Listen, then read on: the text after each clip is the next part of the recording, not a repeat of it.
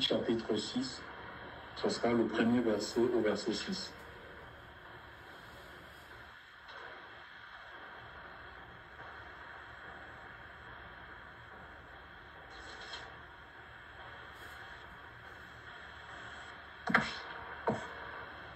Yahweh parla à Moshe en disant: ordonne à Aaron et à ses fils et dis-leur: voici la Torah de l'Holocauste. L'Holocauste sera sur le foyer, sur l'autel, pendant toute la nuit, jusqu'au matin, et le feu brûlera sur l'autel. Le prêtre revêtira sa tunique de lin, mettra ses caleçons de lin sur son corps, et il enlèvera la cendre de l'Holocauste que le feu aura consumé sur l'autel, puis il la mettra près de l'autel. Il ôtera ses vêtements et portera d'autres vêtements pour transporter les cendres hors du camp, dans un lieu pur. Quant au feu qui brûle sur l'autel, il continuera de brûler, il ne s'éteindra jamais. Le prêtre y brûlera du bois matin après matin.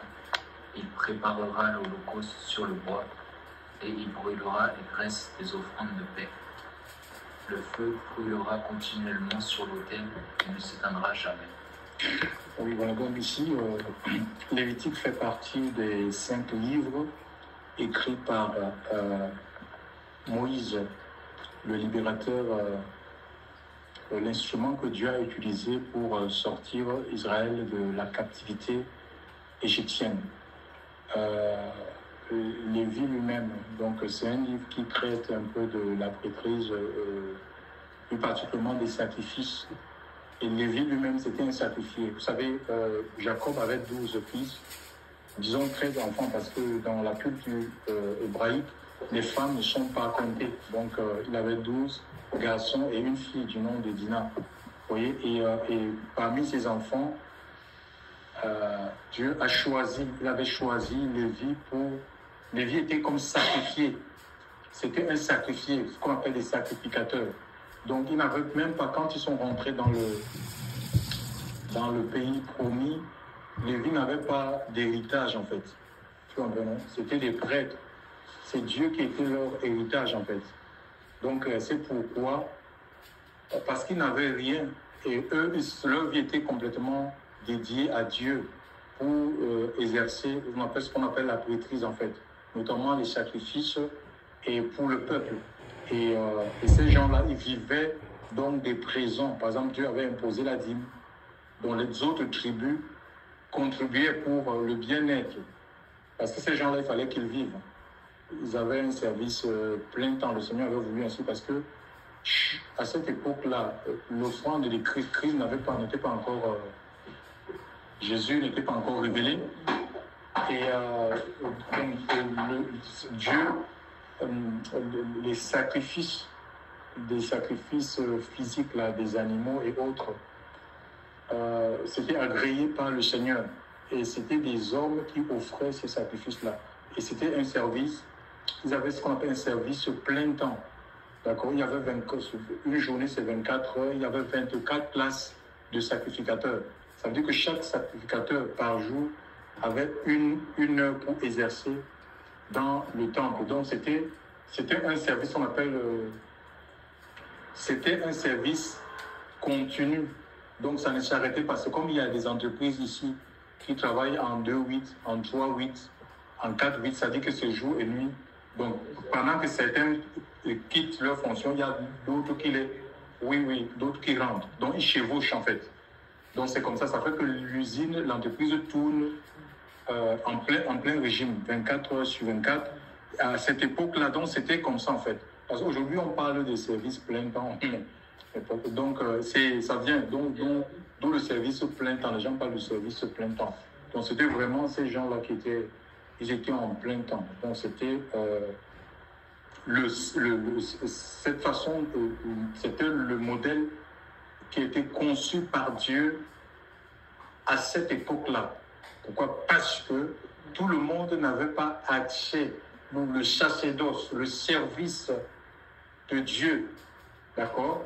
Ou que ce soit dans le tabernacle de Moïse, que ce soit dans, parce que plus tard on aura le temple de Salomon, d'accord, que ce soit dans le temple de Salomon, que ce soit dans les synagogues, c'était des assemblées, la prêtrise était réservée uniquement à la tribu de Lévite. Donc c'était des sacrifiés dans le régime de la loi.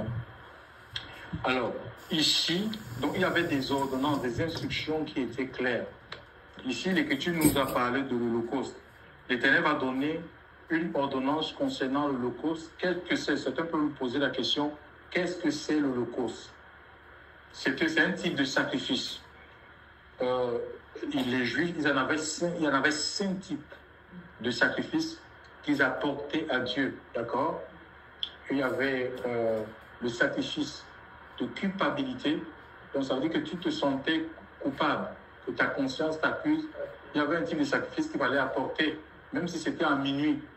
Si c'était à minuit dans ta chambre, tout, tu devais te rendre avec un animal, oui.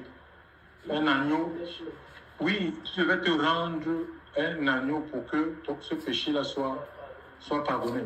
Il y avait ce qu'on appelle des sacrifices d'expiation, d'accord? Il y avait des sacrifices de péché. Il y avait ce qu'on appelle des actions, les sacrifices d'action de grâce. Ça veut dire quand Dieu te bénissait, quand tes terres avaient rapporté, d'accord? Donc si tu avais gagné beaucoup d'argent, d'accord, ton gros et ton menu bétail avec accru, tu apportais, tu allais pour remercier Dieu. Ça s'appelle des actions de grâce. D'accord? Tu faisais des dons. Tu allais faire des dons. D'accord? Et il y avait ce qu'on appelle l'Holocauste aussi. L'Holocauste, c'était un des types de sacrifices dans lequel même les prêtres, ils ne touchaient pas en fait. Ce sacrifice-là devait être entièrement brûlé, d'accord? Ça devait être entièrement brûlé par le feu, contrairement par exemple au sacrifice d'action de grâce. On venait avec un animal, il y a la poitrine et l'épaule qui étaient seulement pris par le sacrificateur, la graisse était brûlée et le reste de l'animal, on remettait ça à la personne, à l'Israélite qui venait avec cet animal-là.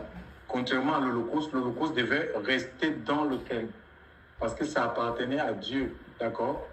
Tout cet animal-là appartenait à Dieu. Il fallait que cet animal-là brûle jusqu'à devenir quoi? Jusqu'à devenir la cendre. La cendre, c'est une matière qui est... La cendre, c'est une matière qui est malléable, hein? Tu vois? Jusqu'à devenir la cendre, c'est-à-dire entièrement consumer la graisse, vider de sa graisse. Hein? La graisse, c'est quelque chose qui nous encombre, en fait. Aujourd'hui, quand on parle de graisse, ça veut dire de l'orgueil. Il y a des choses comme ça qui nous font gonfler et qui empêchent l'action de Dieu dans notre vie. La chair devait être brûlée, chers frères et sœurs, les os calcinés. Hein, comme on voit, il y a des crématoriums là. Vraiment, c'était un feu. Et le sacrificateur, le rôle, c'était de se rassurer que le feu ne s'était pas, que le foyer n'est pas... Le feu est dans le foyer, donc il fallait qu'il mette du bois, toujours du bois, matin et soir, et ça devait continuer jusqu'à ce qu'on voit cet animal devenir cendre. Dans certains milieux, dits milieux religieux, on trouve encore des types de sacrifices, hein, des gens qui le font, par exemple, quand tu veux être consacré. Pour ce que nous parlons encore des consécrations, parce qu'ils font des consécrations un peu comme à la manière de Lévite. Hein? Vous avez trouvé des milieux où on les donne, ils ont des toges, ils ont des vêtements, et puis on les dit, ce sont eux qui sont ce sont les représentants de Dieu, et pour entrer dans cette fonction, il y a certaines offrandes. Il y a des hommes de Dieu, parfois jamais assistés, ils demandent les 500 000 et 1 million, donc ça dépend. Si tu veux être dans le diaconat, ancienne église, évangéliste, machin, on te demande des enveloppes, on demande beaucoup de choses, il y en a demande plein de choses pour entrer dans ces fonctions-là. Donc il faut savoir que l'offrande ici, l'animal ici, là, qui est appelé, qui est l'holocauste dont le Seigneur a besoin aujourd'hui, là, c'est premièrement Christ, alléluia. C'est premièrement Jésus qui est l'holocauste parfait. Tu n'as voulu ni sacrifier ni offrande, mais tu m'as formé encore. J'ai dit, mais voici, oh Dieu, pour faire ta volonté. C'est Jésus qui est cette offrande-là, qui a été consumée par la croix, alléluia. Donc, il a donné sa vie. Personne n'a pris sa vie. Il s'est donné volontairement. Donc, il est le sacrifice parfait. Et nous, étant son Église, nous sommes aussi, Dieu nous appelle, parce que il nous appelle à nous donner aussi, alléluia. Nous devons nous donner aussi.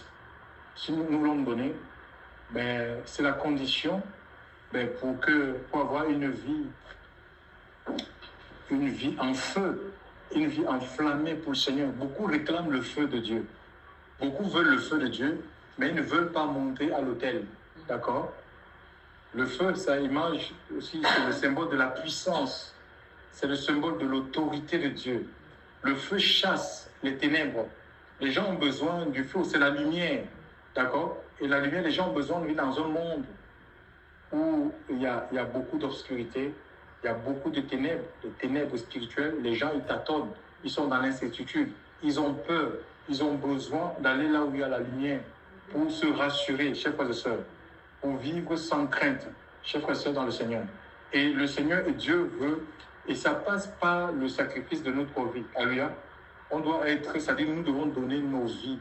Nous devons offrir nos vies. Et l'apôtre Paul va faire ce rappel aux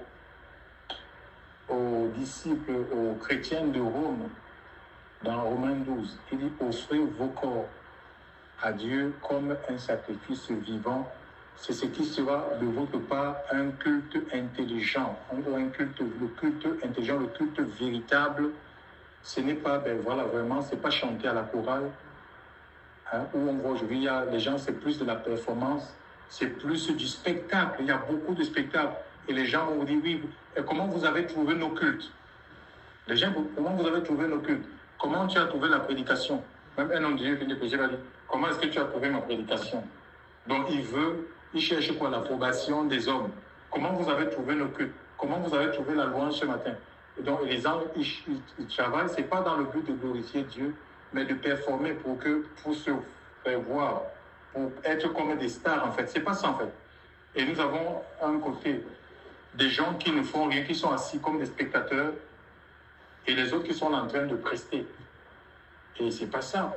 La question que nous devons nous poser quand nous rendons ministère, c'est comment est-ce que Dieu a trouvé,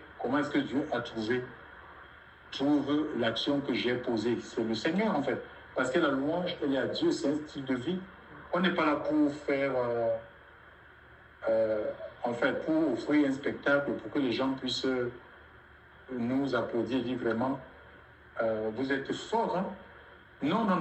C'est le Seigneur qui doit approuver ce que nous faisons, et ce que nous faisons doit être dirigé vers Christ. Alléluia. C'est vers le Seigneur. Notre offrande, notre adoration. Et ça passe, la véritable adoration, ça passe par le sacrifice de notre vie.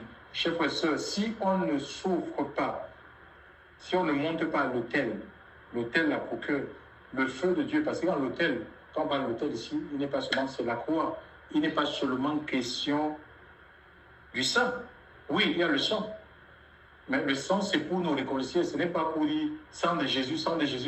Le sang, je me plonge dans le sang de Jésus, je couvre ma maison dans le sang de Jésus, je me noie.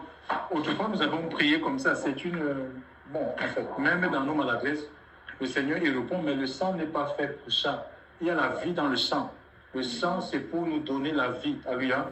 Le Seigneur nous libère de ce sang contaminé par le péché, le sang que nous avons hérité de nos familles, chers frères et sœurs, la génétique, parce qu'il y a des choses que nous avons héritées, chers frères et sœurs, et le Seigneur nous libère de ce sang-là. Donc voilà, qui nous lie à nos familles et qui fait qu'on reproduit la même manière de vivre, les mêmes habitudes. On est dans les mêmes schémas que nos parents. S'il y avait dans une famille les liens de célibat, les liens de stérilité, de pauvreté, c'est un lien continu à cause du sang. Alléluia. Et le Seigneur vient par ce sang, il nous nettoie et il nous réconcilie. Nous sommes réconciliés avec le sang. Le sang, ce n'est pas quelque chose qui va essayer de nous... ou quand on est attaqué, on va dire, oui, je me noie, je me protège dans le sang, je me couvre dans le sang. Non, c'est l'Esprit de Dieu, tu es scellé. Alléluia. Le rôle du sang, c'est de te réconcilier. Alléluia. Le rôle du sang, c'est de purifier ta vie. Alléluia. Purifier ta vie de la même manière de vivre que tu as hérité de tes parents. C'est ça le rôle du sang. Alléluia.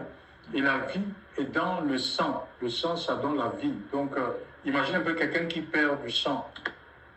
Chers frères et sœurs, on meurt parce que nous perdons, c'est le sang. Si tu perds ton sang, ben tu vas finir par tomber. On peut te tirer, ce n'est pas la balle, même si on te tire là, on te tire sur l'épaule. Ce n'est pas la balle qui te tue, d'accord?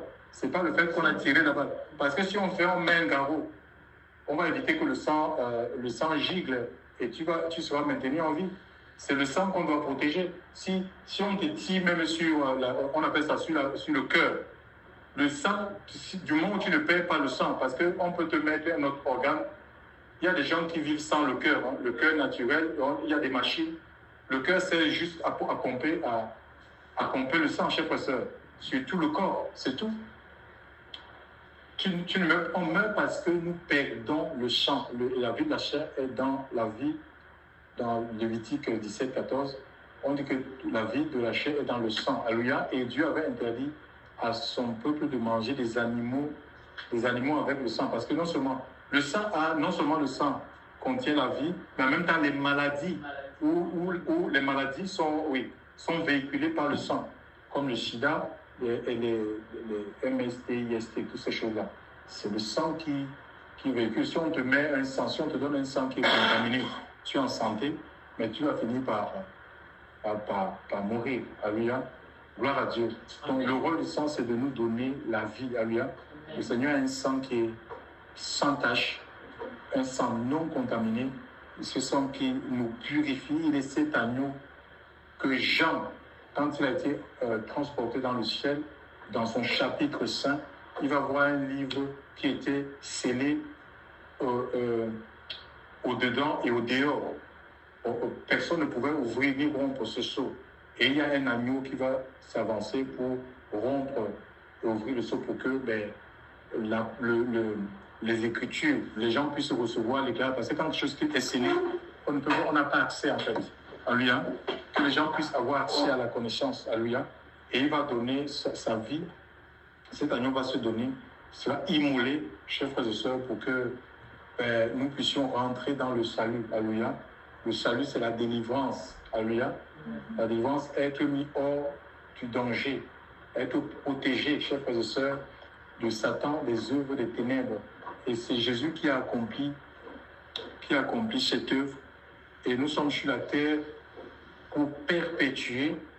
Mais si nous voulons, chers frères et sœurs, avoir des vies en feu pour le Seigneur, ça passe par l'offrande. Alléluia. Nous devons être comme cet holocauste-là. Ça dit que appartenir, c'est une offrande, sacrifice qui appartient totalement à Dieu. Tu dois te livrer, nous devons nous livrer totalement. Corps, âme, esprit, on ne s'appartient pas. Quand on est disciple de Yoshua, tu ne t'appartiens pas, il n'y a rien qui t'appartient. Donc même la notion de dire il faut faire telle chose pour que Dieu te bénisse, c'est faux. Tu es introduit dans un autre sacerdoce. On appelle ça le sacerdoce royal. 2 Pierre, chapitre 1 Pierre 2, 9 par là. Vous êtes une race élue, un sacerdoce royal. Vous êtes une race élue. Donc on n'est plus de la race blanche, la race noire, la race rouge, la race jaune. Ça, c'est des hommes qui ont fini de classifier les races. Mais nous sommes la race élue, c'est-à-dire la race de Dieu. Alléluia. Un peuple acquis par le sang, le sacrifice du sang. Alléluia. Un sacerdoce royal, c'est-à-dire des prêtres. Sacerdoce, c'est un mot qui est associé c'est un service qui est lié au temple. Alléluia. Et Jésus est ce temple-là. Non seulement il est ce sacrifice parfait, il est le temple de la nouvelle alliance, il est le prêtre, chers frères et sœurs, qui nous donne accès à la présence de Dieu. Et il fait de nous des prêtres, des hommes et des femmes.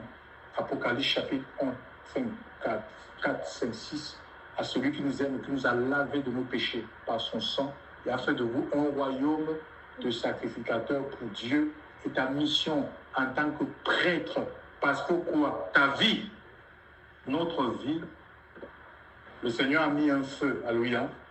Dieu a allumé un feu, le premier feu dans le tabernacle, hein, parce qu'il y avait un feu. Il y avait l'autel de sacrifice là. C'est l'Esprit de Dieu c'est Dieu qui a allumé le feu, le premier feu. Maintenant, il fallait, la mission des prêtres, maintenant, c'était de mettre du bois pour que ce feu-là ne s'éteigne pas. Tu es le sacrifice. Tu es en même temps le sacrificateur de ta propre vie. Et le feu là, à l'autel là, donc tu montes l'autel là, c'est l'image de ton cœur, d'accord? Où le Seigneur a allumé un feu, et c'est ta responsabilité en tant que sacrificateur, chers frères et sœurs, de maintenir le feu de Dieu allumé en toi. C'est ta responsabilité en tant que prêtre au service du roi, alléluia, prêtre au service du royaume, prêtre pour faire avancer. Donc, ouais, il n'y a pas la notion de religion catholique, protestant, dénomination. Les gens qui travaillent plus pour les dénominations, ils s'essoufflent. Ils s'essoufflent pour aller chercher, ils vont chercher des gens parce que il faut maintenir. Le système a besoin du monde pour vivre. Hein. Ils ont besoin de foules pour se maintenir. Donc, tu dois maintenir. Ce feu-là doit grandir. Alléluia.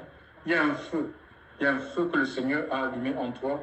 Et je crois dans il dit dans le Luc 12, 49. On peut lire Luc 12. Luc 12, 49.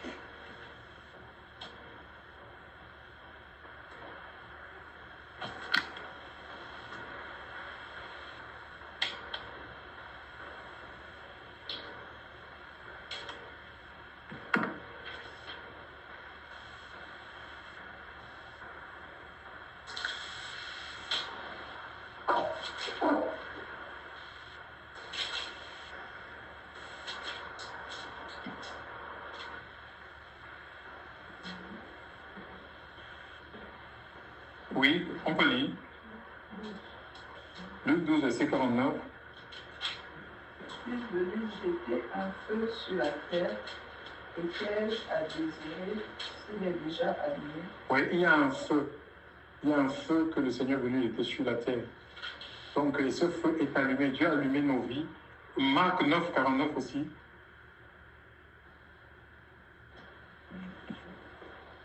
J'avais dit, Luc, c'était combien? 12, 49.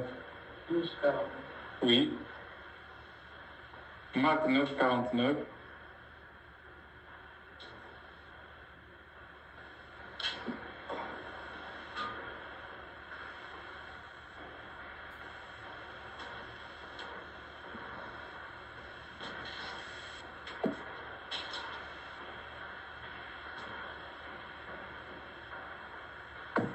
Car chacun sera salé de feu, et tout sacrifice sera salé de sel. Oui, on dit que chacun sera salé de feu. Donc le Seigneur va mettre le feu, et le sacrifice, c'est quoi? C'est notre vie. Il parle du sel. Hein? On connaît le rôle du sel. Parce que notre corps, le sel est utilisé pour conserver les aliments, pour que les aliments ne pourrissent pas. D'accord? Et pour la préservation, c'est aussi une valeur ajoutée en fait.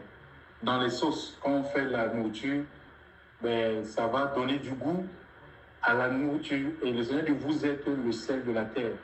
Vous êtes la lumière. La lumière, c'est un feu. Vous êtes la lumière du monde. D'accord? Donc, et le Seigneur, pour que nous ne pourrissons pas dans la vie de péché, des pratiques bizarres, chers frères et sœurs, on a besoin que le Seigneur, non seulement il enflamme nos vies, ou qu'il allume nos vies, mais en même temps qui sale. Alléluia. C'est-à-dire l'Esprit de Dieu qui sale, donc qui nous donne de vivre dans la pureté, qui nous conseille dans la sainteté en fait. Ça, c'est le Seigneur qui le fait, qui sale nos vies. Tout ce qu'on a fait, c'est de nous disposer. C'est le Seigneur c'est lui qui fait de ses serviteurs, il est parlé des flammes de feu dans le psaume 104, verset 4. Il fait de ses serviteurs des flammes. Il fait, c'est lui qui fait. Alléluia. De ses serviteurs, c'est un feu qui est spirituel. D'accord? Et nous devons rechercher ce feu. Ce n'est pas des techniques, ce n'est pas la théologie. Vraiment, c'est un feu divin. Alléluia. Un feu divin qui va nous purifier, qui va purifier nos cœurs, qui va consumer les impuretés, comme cet animal-là, l'Holocauste a été complètement brûlé, chers frères et sœurs, calciné au point où même on ne pouvait pas reconnaître quelque chose qui devient la cendre. Imagine un animal qui devient cendre. Donc on voit qu'il y a une métamorphose. Alléluia. C'est comme ça. Donc il y a un changement, il y a une transformation. On ne peut pas être dans le Seigneur et être la même personne d'année en année. Non, nous allons de transformation en transformation parce que on laisse le feu là faire son effet dans notre vie, dans tous les parties, les compartiments, dans tous les compartiments de nos vies. Jérémie 23 dit, ma parole n'est-elle pas comme un feu, et Dieu lui-même est un feu dévorant. Deutéronome 9, verset 3. D'accord? Hébreux 12, 29 dit aussi, notre Dieu est un feu dévorant. Chers frères et sœurs, nous avons besoin du feu de Dieu. Alléluia.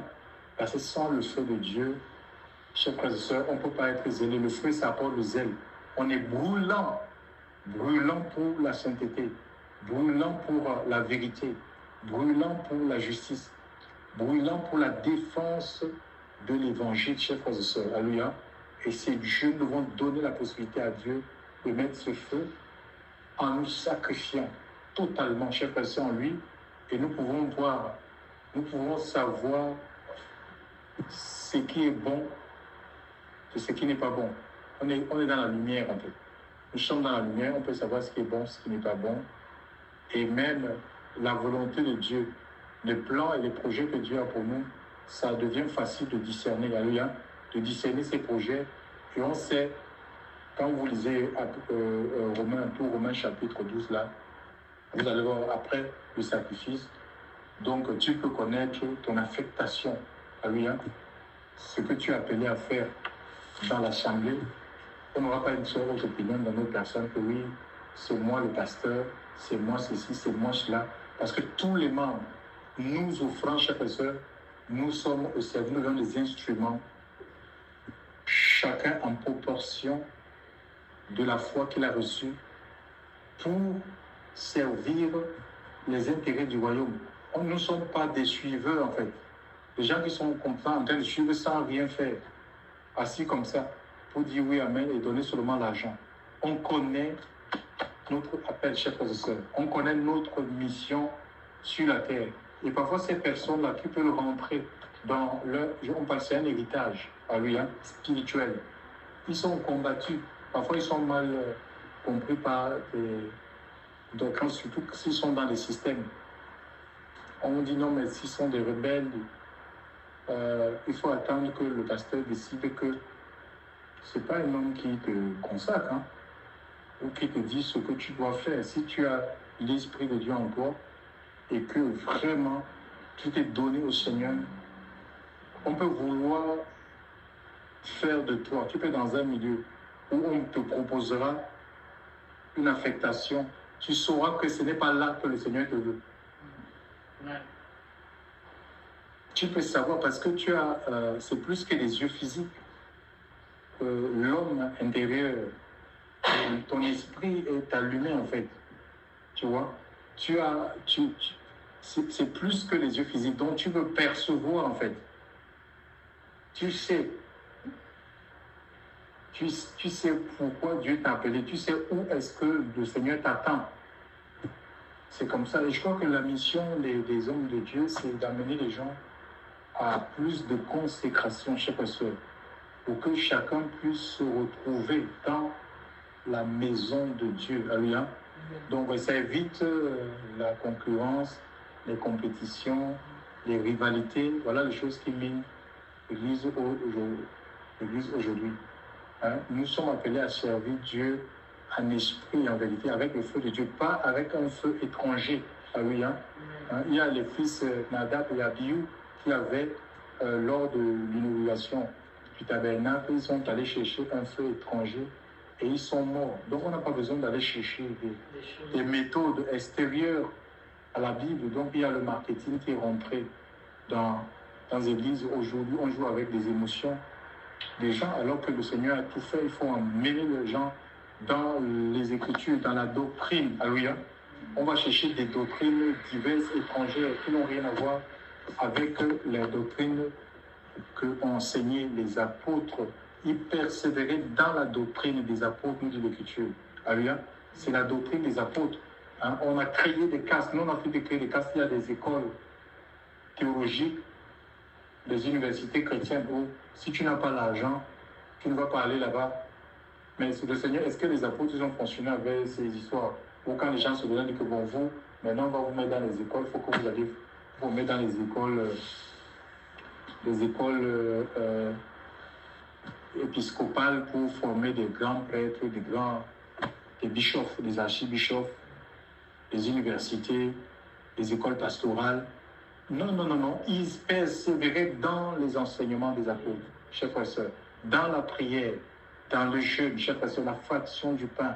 C'est ça qu'on a besoin, chers frères et sœurs. On doit persévérer. Et quand c'est l'Esprit de Dieu qui parle, l'Esprit de Dieu va changer, va réprimer le mal au milieu de nous, chers frères et sœurs, pour que l'Esprit de Dieu ou le feu du Seigneur devienne un peu plus réel, prenne la place, chers frères et sœurs. Alléluia.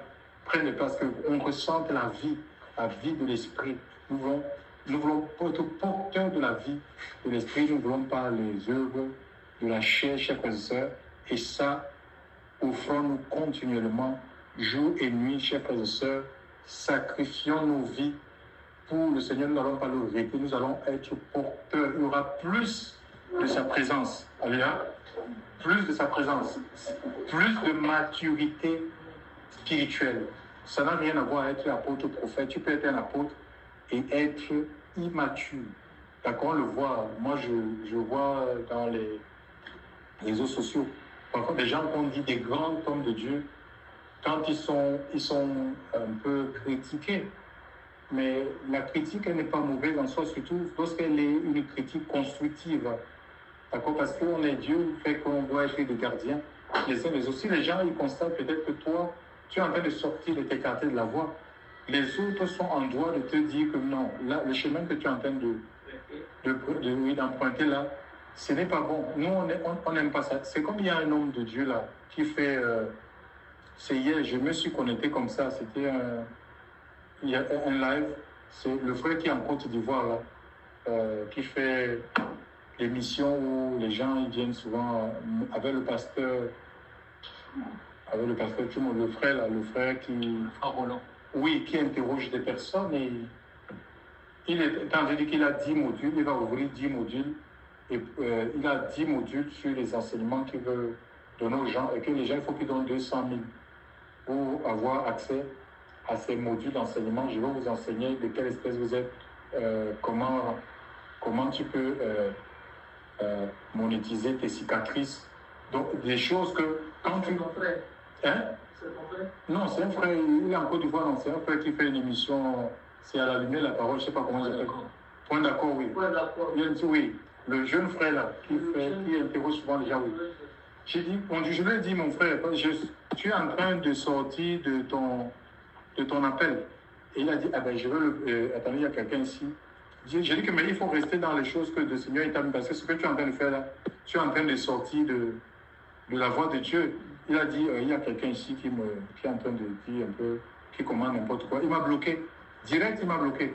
Donc, vous voyez, il y a des gens qui ne veulent pas être reprochés, en fait. Et comme ça, il va s'enliser dans son... Il parlait de monétiser quoi?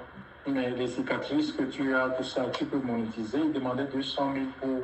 Il va créer une masterclass avec 10 modules. Donc, pour que les gens puissent avoir accès à ça, il faut qu'ils donnent de l'argent. J'ai dit, mais le Seigneur n'a jamais vendu les enseignements. Donc, citer ces enseignements comme la prospérité, comment tu peux devenir prospère. Je dis que mais c'est du n'importe quoi. Nous sommes dans le royaume, d'accord? Nous sommes dans le royaume des cieux, d'accord? Nous sommes dans le royaume. Il faut comprendre que nous sommes dans le royaume des cieux. Le Seigneur nous a introduits dans son royaume. Et le royaume des cieux, c'est le royaume le plus riche de la terre. Dieu est notre Père, nous sommes ses enfants. Comment tu vas dire à ton enfant?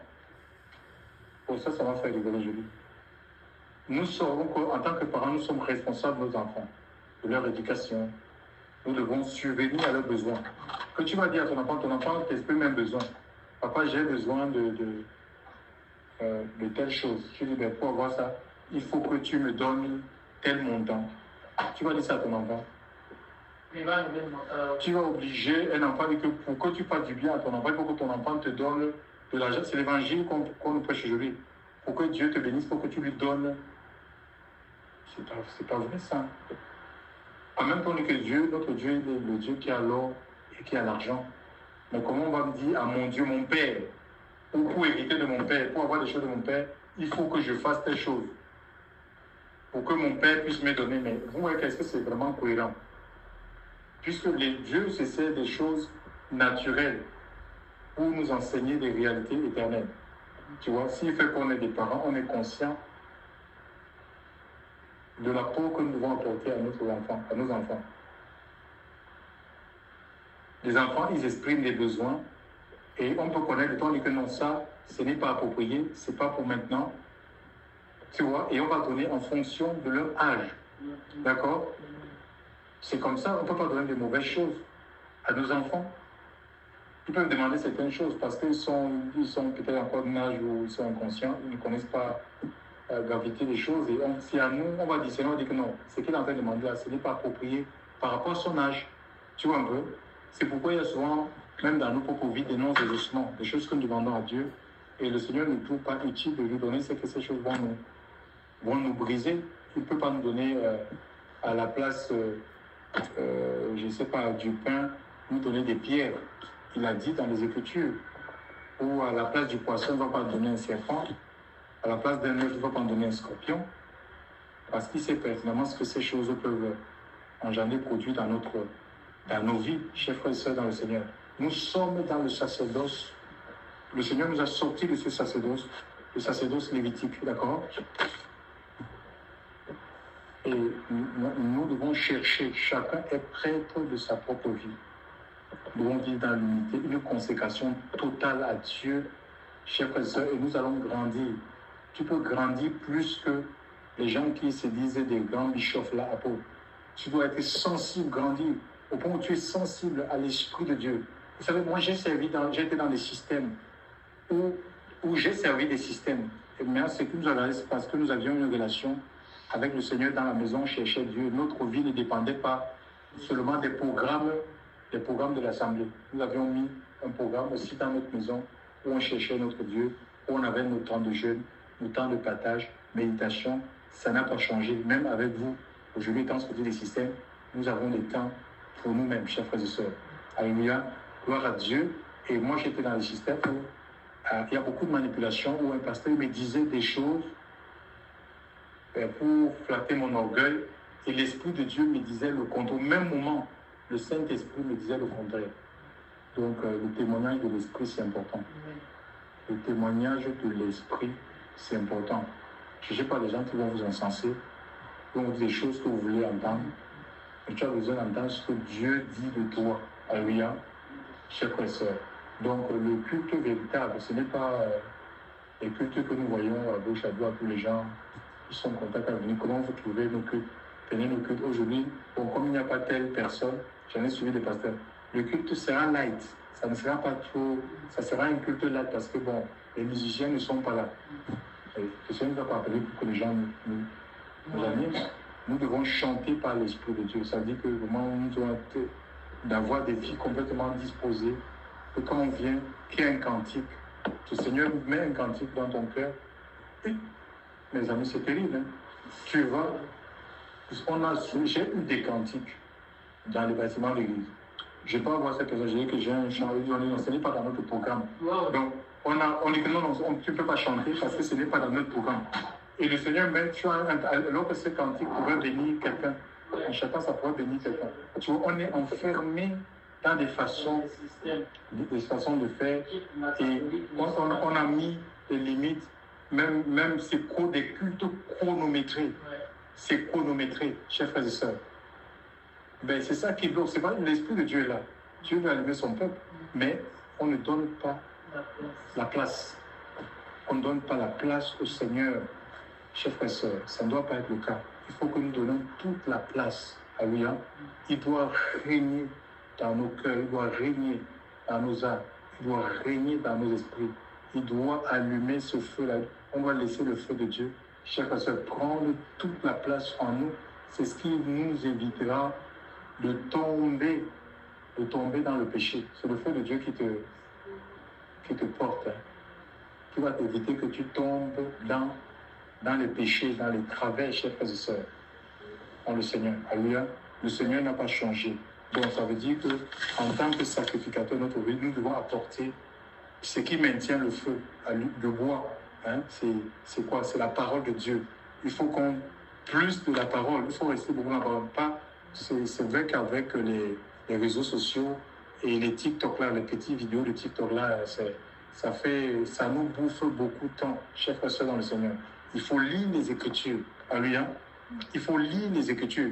Tu ne peux pas passer une journée sans lire même un chapitre.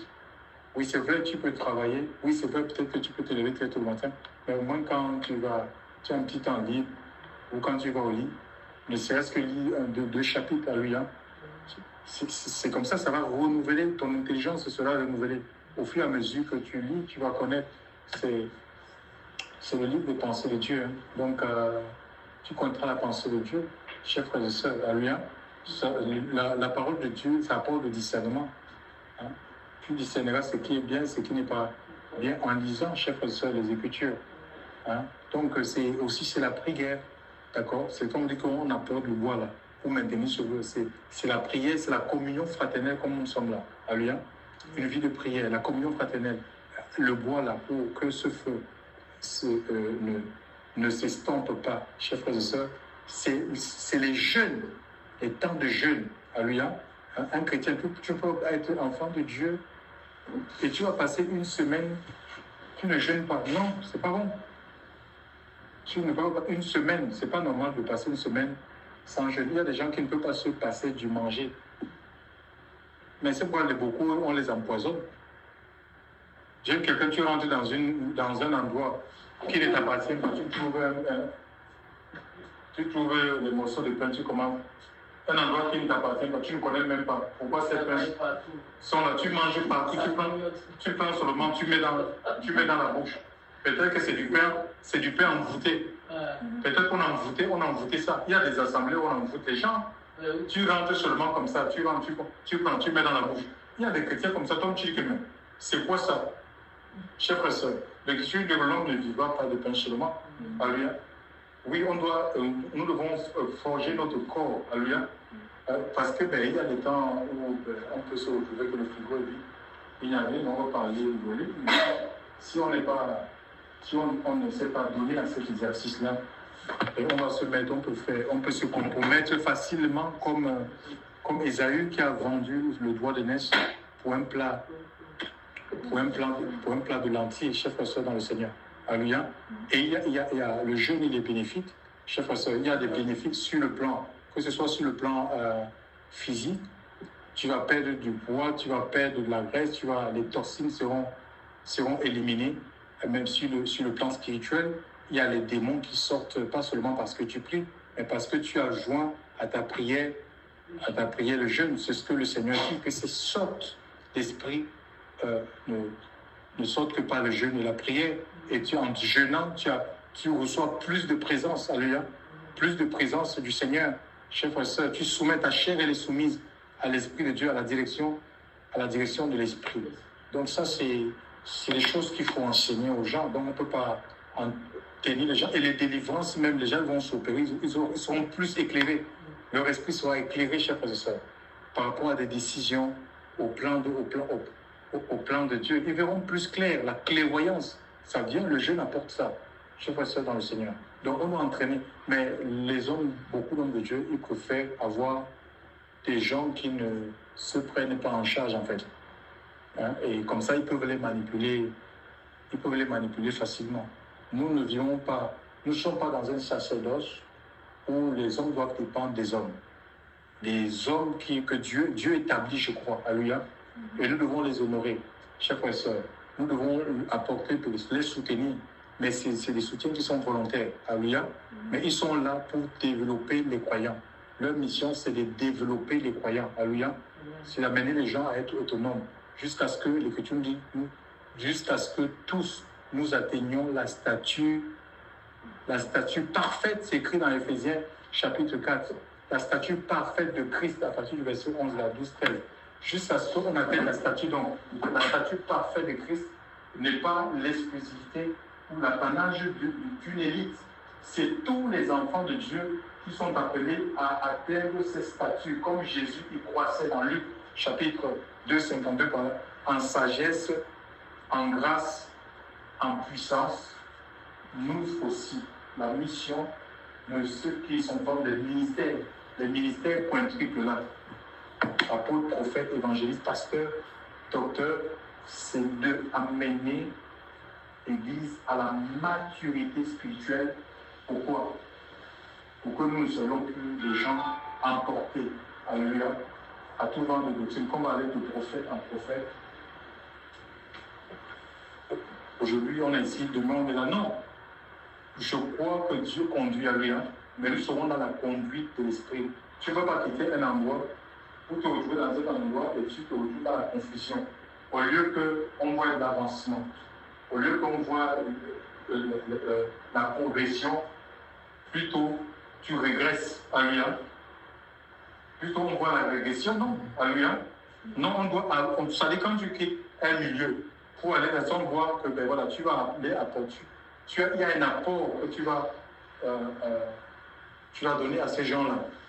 Ce n'est pas pour régresser ou pour te retrouver dans la confusion méconnaissable. Ça veut dire qu'il y a quelque chose qui s'est passé. Chers frères et sœurs dans le Seigneur.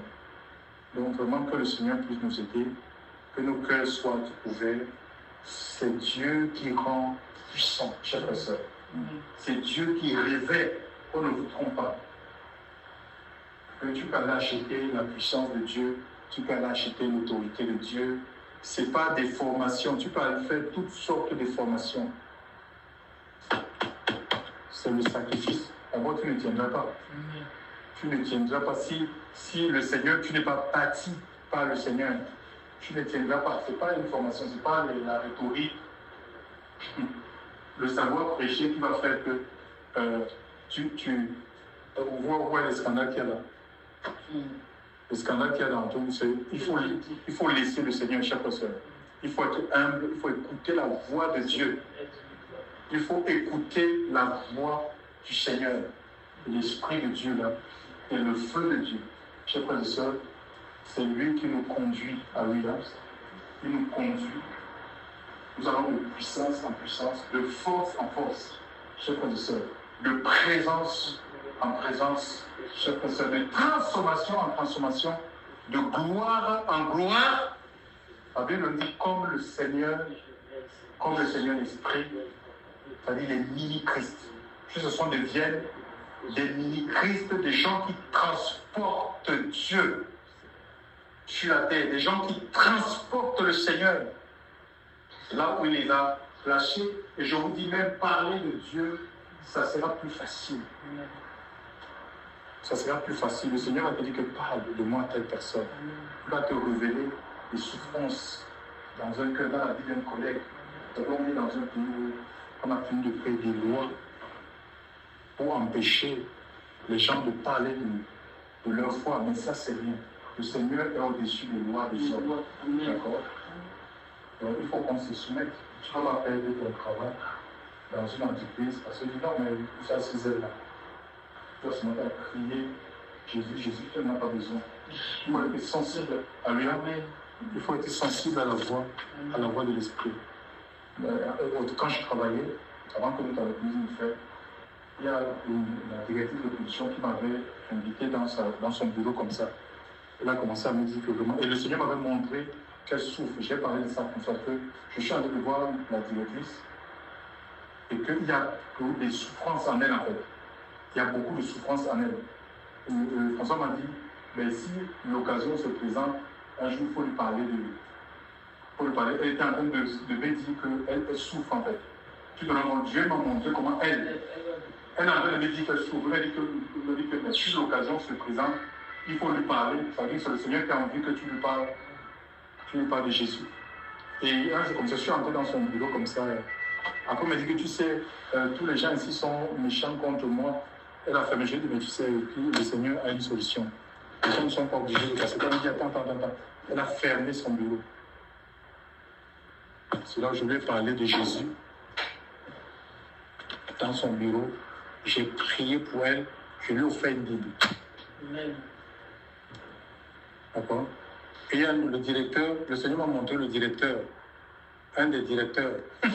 Il était assis comme ça. Le directeur était assis. Il était comme. Il était, en fait, il m'a montré, c'était un grand homme politique ici en fait. Il m'a montré un grand homme politique, mais dans l'esprit, c'était mon directeur en fait. Il m'a montré un grand homme politique. Mais dans l'esprit, c'était ton... Oui, dans l'esprit, c'était mon directeur.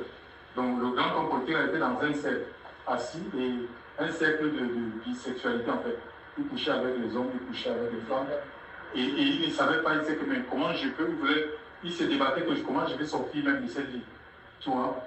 Mais dans mon esprit, donc le Seigneur avait un grand homme, c'était mon directeur. Et quand je l'ai venu, pendant que moi je rangeais les chariots, elle m'a dit que mais vraiment tu es quelqu'un sur qui, de tous les gens qui travaillent ici, tu es quelqu'un sur qui on peut compter. Et donc tu es fidèle, tu es assuré, on peut compter vraiment sur toi. Et tu es de quel pays? Je lui ai dit, comment? Il m'a dit, oui, Yannick. On a parlé, il m'a dit, Yannick Noah, et vraiment. Il m'a dit qu'il y a tout dégage une joie, l'assurance. Donc, c'est là où je voulais parler de. Oui, que ça provient du Seigneur qui peut transformer, même si on est lié par des vices, des passions, des choses qu'on fait au fond de nous, on sait que c'est pas bien. Je voulais parler de c'est comme ça, c'est Dieu qui m'a donné cette occasion de. Vous voyez comment le Seigneur. Oui, comment c'était formidable en fait. J'en ai offert comme ça des Bibles, je les offrais à tous ces directeurs-là, les Bibles. J'ai dit merci Seigneur. Donc vraiment, il faut essayer. C'est plus facile comme ça. Quand Dieu te révèle et te montre telle personne, et il y a du résultat. Donc il ne faut pas qu'on se décourage. Ne suivons pas, ce n'est pas des foules. D'accord? Oui, je n'ai rien contre les foules. Dieu attire les foules. Mais à quoi c'est des foules si nous-mêmes on est perdus? D'accord? S'il n'y a pas de vie. S'il n'y a pas de vie, à quoi c'est des foules sans vie, chers frères et sœurs? C'est la vie. La vie, c'est la vie qui est importante à lui. Hein? Donc, oui, la foule même peut te tuer. Parce que s'ils ne le connaissent pas, s'ils n'apprécient même pas le don dans ta propre vie, mais ces gens-là peuvent faire de toi un prisonnier. Tu vas les prisonniers de cette personne. Ils vont t'en vouloir. Ils diront que c'est toi qui es la cause de leur malheur. Leur vie ne change pas à cause de toi. Donc, c'est vraiment que le Seigneur puisse nous aider et qu'on puisse orienter les gens vers le Seigneur, le Christ à lui, hein, vers Jésus, que les gens puissent s'attacher au Seigneur, pas à un homme, pas à un système, chers frères et sœurs, pas à une raison, mais attaché au Seigneur parce que c'est lui qui est la source. Il est la source de toutes choses. Alléluia. Il est la source de toutes choses. Bénissons Dieu. Prions pour ces instants. Que le Seigneur continue à raviver, à intensifier ce feu. Nous voulons le feu de Dieu. Nous ne voulons pas un feu étranger. Seigneur mon Dieu, mon roi. Seigneur, tu es le Dieu tout-puissant, Seigneur Dieu. Nous te remercions, ta parole sera vérité. Seigneur, nous voulons rester dans tes voies, dans la crainte, dans l'obéissance. Seigneur Dieu, nous prions pour que tu continues à libérer ce feu le feu de ton esprit, le feu de ta présence, Seigneur Dieu. Seigneur, nous voulons expérimenter ta gloire, nous voulons expérimenter ta puissance. Nous voulons que ton action au milieu de nous soit puissante. Seigneur, nous voulons faire le feu, le feu en nous par le Seigneur. Seigneur mon Dieu, mon Père, Seigneur Dieu, agis.